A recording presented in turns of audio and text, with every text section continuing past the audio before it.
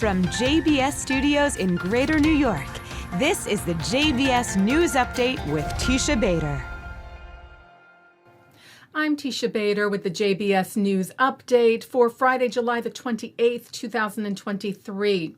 Protests last night in Tel Aviv against the judicial overhaul concluded without major incident, thousands taking part. Israel police presence was high as well. There was some concern after reports of excessive force on the part of the police at protests earlier this week.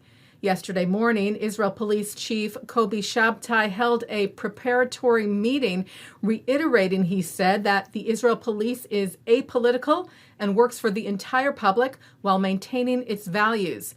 And he said is continuously examining and reviewing its activities and the activities of its officers and commanders while learning lessons for improvement. Credit rating agency Standard & Poor's shared its concern over the judicial reforms issue's possible impact on Israel's economy. While it did not take any action, Reuters reports the S&P wrote in a country report yesterday, if government and opposition do not achieve an agreement on the topic, this could further exacerbate domestic political confrontation and weigh on medium-term economic growth. This follows a similar warning from Moody's earlier this week. The Director General of Israel's Education Ministry stepped down from his position today, citing the current divide in Israel. Asaf Tzalel was cited by the Times of Israel, saying that the rift we've arrived at does not enable me to continue to carry out my responsibilities properly. Tzalel is a reservist pilot in the Israel Air Force and said he would continue to serve as usual, saying, I have no other country, even if the country is on fire. Also stressing that Israel's education system is nonpartisan and must remain so. World Jewish Congress President Ronald Lauder issued an urgent call for unity amidst the great divide in Israel over the judicial overhaul and called for an emergency government. In a piece published in the New York Times earlier this week, Lauder also refers to Teisha Bader. He wrote, we are obliged not to repeat the mistakes we made when we allowed internal divisions to bring down the first and second temples. It is upon diaspora Jews and Israeli Jews alike to ensure the future of the third temple, saying the only answer is unity. Lauder writes, there are only three men who can bring about this unity, Benjamin Netanyahu, Yair Lapid, and Benny Gantz, saying they must overcome personal interests and political differences so they can form a strong and stable emergency government. We must realize now that only a coalition of moderates can free Israel from the stranglehold of homegrown zealots and fanatics.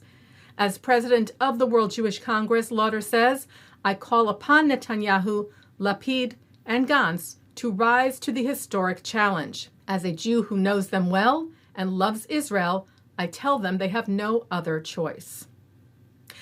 Well, turning to some other news, a Jewish Olympian fencer made history this week. Ellie Dershowitz became the USA's first senior world champion in men's saber at the 2023 Fencing World Championships in Italy this past Tuesday. While he is the second American man to win an individual title at the competition, he is the first to win that title in saber. The JTA reports 27-year-old Dershowitz, who hails from Sherborne, Massachusetts, is the grandson of Holocaust survivors. JTA also pointing out that while Dershowitz is the first American man to win the saber title, he is not the first Jew to do so. Hungarian János Garay won the third world championship back in 1925. Fellow Hungarians Sándor Gombos and Andrei Cabos won the titles in 1926 and 27 and 1934 and 35, respectively. Garay and Cabos were both killed during the Holocaust. Russian Yakov Rilsky won the saber title in 1958, 61, and 63, and Russian Mark Rakita won it in 67. Taking a look now at our programming for tonight on JBS for Friday, July the 28th. Live Shabbat services are coming up at 6 o'clock from New York City Central Synagogue, followed by Shabbat services from the Hampton Synagogue. At 8:30, ADL CEO Jonathan Greenblatt shares details of the launch of the J7, a first-of-its-kind global anti-Semitism task force. He also weighs in on the current turmoil in Israel. At 9, it's the film Escape from Auschwitz. At 10, Letty Cottin Pogrebin talks about her book Shanda, a memoir of shame and secrecy. Then at 10:30, a replay from the Hampton Synagogue, followed by a replay from Central. And coming up next, it's a look at this week's Torah Portion. And that's the JBS News Update for Friday, July the 28th, 2023. I'm Teisha Bader. Stay healthy, stay well, and Shabbat Shalom.